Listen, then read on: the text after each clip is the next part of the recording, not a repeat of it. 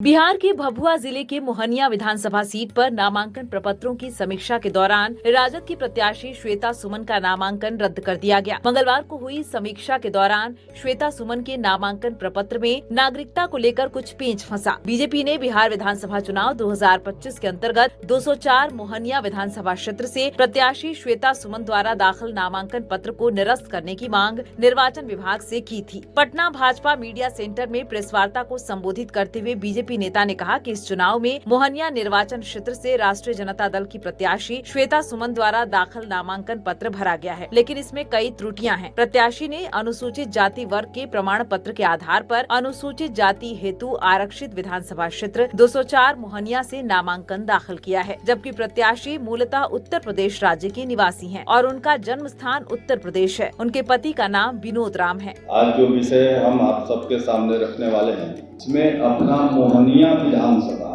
Seat से राष्ट्रीय जनता दल के उम्मीदवार के रूप में श्वेता सुमन जी ने अपना नामांकन दिया है। श्वेता सुमन जी 2020 के चुनाव में मोहनिया से ही नामांकन दिया था, सुमन देवी के नाम से, और ये 2020 के चुनाव के नामांकन में जो इन्होंने अपना घोषणा पत्र दिया था, उसमें अपना पता ग्राम तिमुलपुर, तहसील चंदौली, सकलडीहा विधानसभा उत्तर प्रदेश में, और घोषित किया था कि वो चमार जाति के सदस्य हैं जो उत्तर प्रदेश में।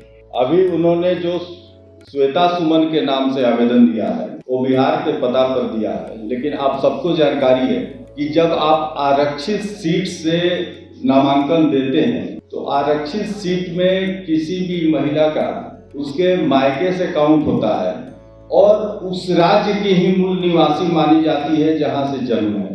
वो अगर बिहार राज्य में अनुसूचित जाति या अनुसूचित जनजाति वर्ग के जो भी रिजर्व सीट है उस पर चुनाव लड़ने के लिए इस राज्य का मूल निवासी होना आवश्यक है, लेकिन ये उत्तर प्रदेश की मूल निवासी रही हैं और प्रमाण पत्र उनका उत्तर प्रदेश का ही 2020 के चुनाव के समय से ही है। खुद उनका उद्घोषणा है 2020 के जो नामांकन भरा था उसमें सब कुछ है। अतः उनके नामांकन को रद्द करने के लिए हमारे प्रत्याशी के द्वारा रिटर्निंग अफसर के यहाँ आवेदन दिया गया है। अभी मैं मुख्य निर्वाचन अधिकारी को भी खुद इस संबंध में सारे नियम परिनियम को लगा करके हमने दिया है, और मैं मांग करता हूँ कि इस पे जो रिप्रेजेंटेटिव ऑफ पीपुल्स एक्ट 1951 के अंतर्गत जो प्रावधान है उसके आधार पर वो बिहार से चुनाव आरक्षित सीट पर नामांकन देने योग्य नहीं है, इसलिए उनके नामांकन को रद्द किया जाए।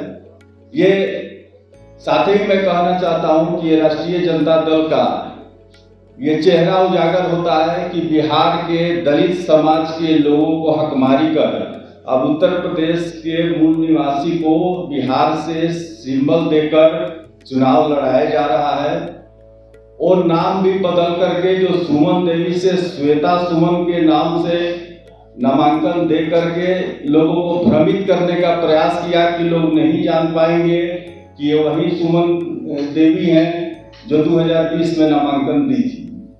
अतः आप सबके माध्यम से मैं अधिकारियों को भी ये अवगत कराना चाहता हूं कि इस संबंध में विधि सम्मत कार्रवाई करें। उसके अलावा भी हमारे पास ऑप्शन खुले हुए हैं, क्योंकि किसी की बिहार के दलित की हकमारी नहीं होने दी जाएगी। बीजेपी के आरोपों पर बुधवार को पुनः इस मामले को लेकर जांच की गई। जांच के दौरान नामांकन प्रपत्र को गलत पाया गया, इसके चलते श्वेता सुमन का नामांकन रद्द कर दिया गया। बता दें कि मोहनिया में कुल 17 लोगों ने नामांकन किया था, जिसमें बीते मंगलवार को 4 और बुधवार को 1 श्वेता सुमन का नामांकन रद्द हुआ है। इस तरह अब 12 प्रत्याशी हैं। गुरुवार को नाम वापसी के बाद स्पष्ट होगा कि चुनाव मैदान में कितने प्रत्याशी हैं। उनका भी सर्टिफिकेट, उनका भी जाति प्रमाण पत्र लगा हुआ था, लेकिन उनका हो गया, लेकिन मेरा नहीं हुआ। क्यों? क्योंकि भाजपा को और उनके उम्मीदवार को मुझसे डर है, मेरे पार्टी से डर है और राष्ट्रीय जनता दल की सरकार आने से डर है, इसलिए वो अन्याय कर रहा है। अभी सोच लीजिए कि जब व्यक्ति को चुनाव लड़ने नहीं दिया जा रहा है, लोकतंत्र में उसको ये अधिकार नहीं है, तो आप सोचिए कि जब उनकी सरकार आएगी पूरी तरीके से तो वो क्या करने वाले, बिहार का नाश करने वाले हैं वो। अब आरोप लगाया गया था कि मेरा जाति प्रमाण पत्र, मैं यूपी की हूँ, मेरा जाति प्रमाण पत्र यूपी का नहीं होकर के मैं यहाँ की मूल निवासी नहीं हूँ, जबकि मैं 20 सालों से मैं यहाँ पे रह रही हूँ। और आप भी आ जाइए। नहीं